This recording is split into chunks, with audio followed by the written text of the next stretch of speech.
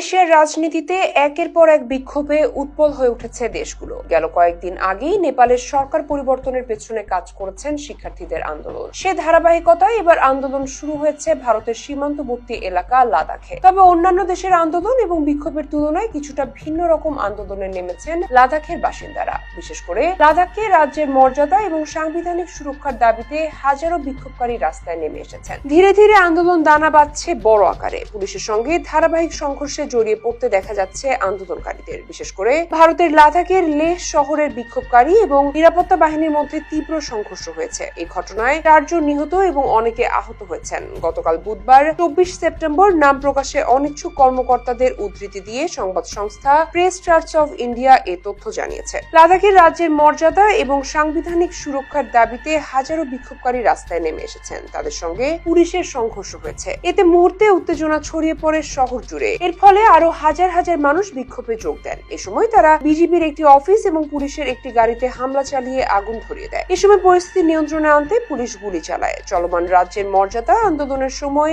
এটি সহিংসতার প্রথম ঘটনা। বুধবার সকালে অন্যান্য দিনের মতোই আন্দোলন শুরু হয়। এদিন আন্দোলনকারীরা রাজ্যের দাবিতে অনশন পালন করেন এবং হরতালের ডাক দেন। তাদের ডাকে শত শত বিক্ষোভকারী রাস্তায় নেমে এলে ক্রমশ উত্তেজনা ছড়িয়ে পড়ে। তবে লাদাখের এই আন্দোলনের পেছনে রয়েছে আলোচিত 3 ইডিয়টস মুভির জনপ্রিয় চরিত্র ফুনসুক ওয়াংচুক। তার থেকে অনুপ্রাণিত হয়ে অনশনে বসেছেন জলবায়ু কর্মী সোনম ওয়াংচুক। এই বিষয়ে সংবাদ মাধ্যমগুলো জানিয়েছে কেন্দ্রীয় সরকারের সঙ্গে লাদাখের প্রতিনিধিদের 6 অক্টোবর বৈঠকের কথা রয়েছে। এর আগেই সংঘর্ষে নিহতের ঘটনা ঘটেছে। এই পরিস্থিতিতে প্রতিনিধিরা আলোচনায় বসবেন কিনা তাও অনিশ্চিত হয়ে পড়েছে। এছাড়া গত 2 সপ্তাহ ধরে জলবায়ু কর্মী সোনম ওয়াংচুক লাদাখে রাজ্যের মর্যাদা এবং সংবিধানের 6ষ্ঠ তফসিলের আওতায় এই অঞ্চলকে অন্তর্ভুক্ত করার জন্য অনশন পালন করছেন। তার সঙ্গে একাত্ম ঘোষণা করে তরুণদের বড় একটি পক্ষ।